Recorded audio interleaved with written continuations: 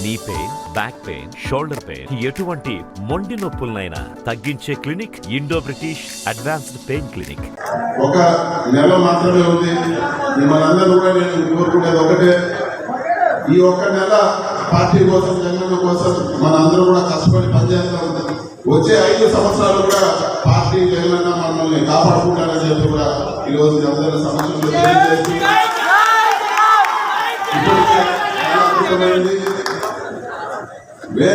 వేణులను గెలిపించడానికి మీరు సిద్ధంగా ఉన్నారా?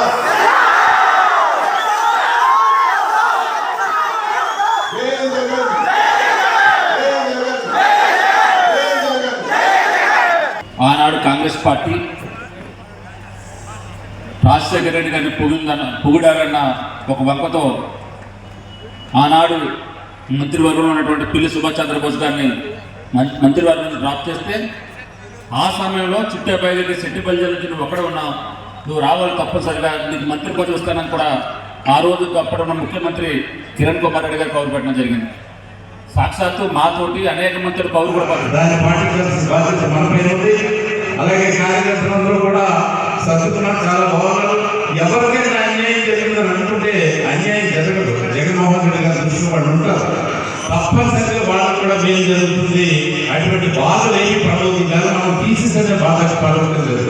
రేపు కనుక ఒక మంచి అవకాశం, దానికంటే ఉన్నతమైనటువంటి పదవులు మనకు వస్తాయి. తప్పనిసరిగా మరి జగన్మోహన్ రెడ్డి గారు తీసుకున్న నిర్ణయం కట్టుబడి ఉండాలని ఇవాళ నాకు కూడా మార్పు ఉంది. నియోజకవర్గంలో శాసనసభ్యుడిగా నేను పోటీ చేద్దామని, అంటే గడప గడప తిరిగాం, పార్టీ ఆదేశాలన్నీ పాటించాం, అన్ని కార్యక్రమాలు చేశాం. కానీ అన్న నువ్వు ఎంపీకి అయితే బాగుంటుంది, నువ్వు ఎంపీకి మా నాయకుడు మా నాయకుడు ఏ నిర్ణయం తీసుకున్నా దాన్ని కట్టుబడి ఉంటాం. ఆయన పోటీ చేయడం చేస్తాం, దాన్ని పార్లమెంట్ చేయమంటే పార్లమెంట్ చేస్తాం, లేదన్నా నువ్వు పార్టీ సేవ చేయమంటే దాన్ని కూడా సిద్ధంగా ఉంటాం. నమస్కారం తెలియజేస్తూ ఒక మాట మాత్రం చెప్తాను. నేను రాజకీయాల్లో అత్యంత నిబద్ధత కలిగిన వ్యక్తి చిట్టబ్బాయి గారు, అదే రకంగా ప్రభాకర్ రావు గారు కూడా. వాళ్ళందరితో కూడా వాళ్ళ రాజకీయ జీవితం స్టార్ట్ చేసినగైతే వాళ్ళ వెనకాల ఉండి, అందులోనూ చిట్టబ్బాయి గారు వైఎస్ఆర్ కాంగ్రెస్ పార్టీలో నన్ను డిస్ట్రిక్ట్ కోఆర్డినేటర్గా పెట్టి నేను ఏమి చెబితే అదే సలహా విన్నాను. వీళ్ళందరూ ఇప్పుడు ఎవరైతే ఎమ్మెల్యేలందరూ ఉన్నారో కూడా వాళ్ళందరూ మంత్రులు కానీ వాళ్ళకి ఫోన్ చేసి నేను ఇలా చెబితే దాన్ని ఖచ్చితంగా అమలు చేసేవారు, ఆచరించేవాడు.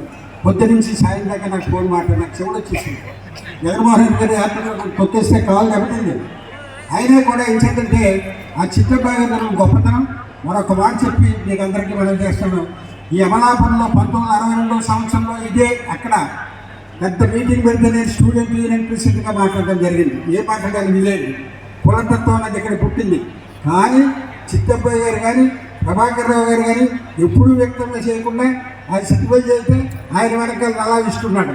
నల్లా విష్ణు ఆయన జరిగిన మీటింగ్ చేసి నేనే సెలెక్ట్ చేయడం జరిగింది. నా మీద పెట్టివాడు ఆయన మొత్తం కౌన్సిలర్స్ కానీ ఏదైనా సెలక్షన్ అనేవాడు. ఆ రకంగా నాకు అత్యంత గౌరవించినటువంటి వ్యక్తుల్లో మొదటి వ్యక్తి వల్లభుడి సూర్యరావు గారు, తర్వాత కుడుపూడి చిట్టబ్బాయి గారు. ఆయన ఎప్పుడో మంత్రిగా ఉండగా కూడా మన ఇంటికి వచ్చి నన్ను తీసుకెళ్ళేవాడు. అలాగే మన బోస్ గారు సెక్రటరియట్లో కూడా నేను ఎదరి సీట్లో కూర్చుని వాడి వెనకాల గంగాలతో కూర్చుంటే ఏంటంటే సార్ అంటే ఆయన. మరిన్ని వీడియోస్ కోసం ఛానల్ ని సబ్స్క్రైబ్ చేయండి, లేటెస్ట్ అప్డేట్స్ కోసం వాట్సాప్ ఛానల్ ని ఫాలో చేయండి, అండ్ లింక్ డిస్క్రిప్షన్ లో ఉంది.